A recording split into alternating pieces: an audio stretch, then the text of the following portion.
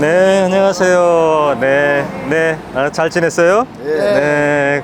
오늘은 관덕정에 있었던 3.1 발포 사건에 대해서 오늘 좀 얘기를 해볼 거예요.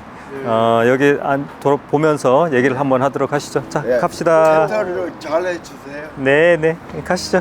네.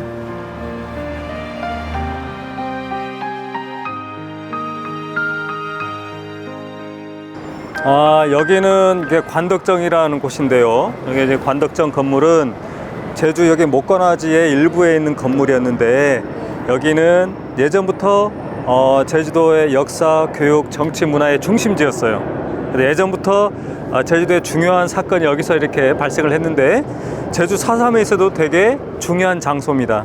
왜 그러냐면 제주 4.3 사건이 1947년 3월 1일 3.1절 발포 사건부터 시작됐다고 이렇게 법에 규정이 되어 있는데, 그 3.1 발포 사건이 일어난 현장입니다. 1947년 3월 1일 날 요 뒤에 있는 북국민학교에서 28주기, 그러니까 3.1 운동이 일어난 지 28년째 28주기 되는 기념대회가 열렸어요.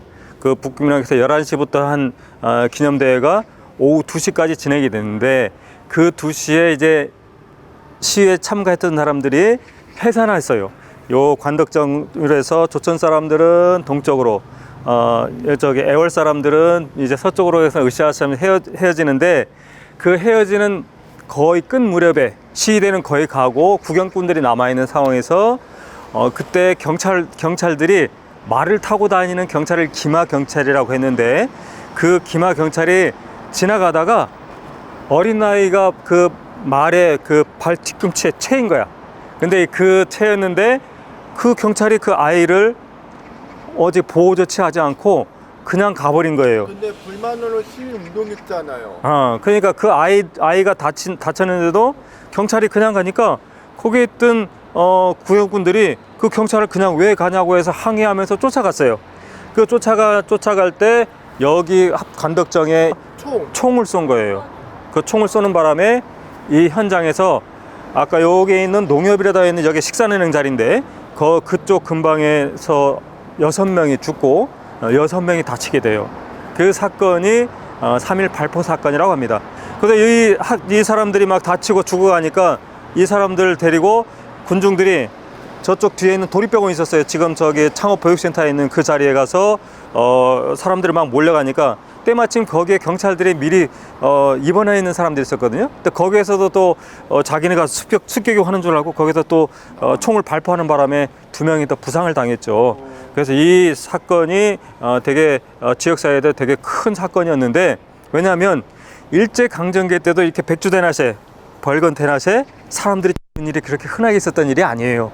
그래서 이 사람들이 죽고 다치게 되니까 경찰들에 대해서 책임자 처벌하고 진상규명하고 피해 유가족에 대해서 피해 회복 조치하라고 이렇게 사람들이 요구를 했어요.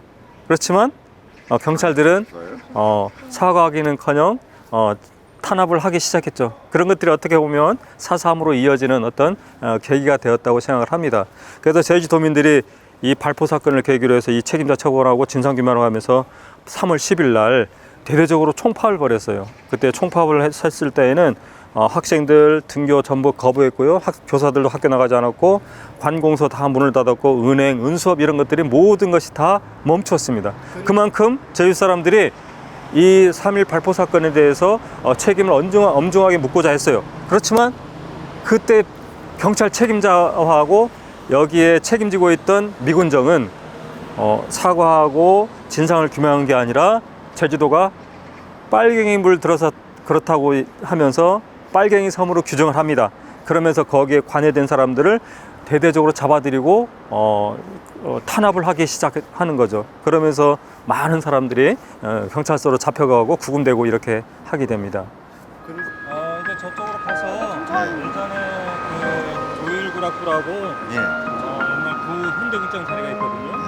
건물은 없어졌는데 그쪽으로 가서 한번 보도록 할게요.